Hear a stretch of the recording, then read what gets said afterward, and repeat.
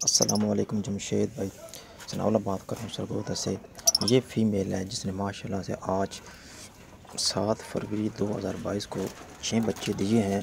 माशाल्लाह ये सेहतमंद है। ये चेक कर लो, ये रजिस्टर फरमाल है। ये पहले क्लच वाले हैं, इसके 8 बच्चे हैं। ये फ़ीमेल है।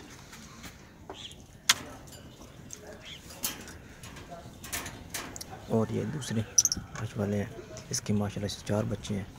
ये भी, और ये पहले वाले हैं जो,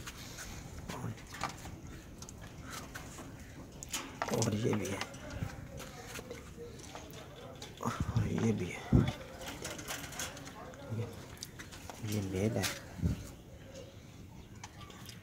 ये मेरा छोटा सा फार्म है माशाल्लाह।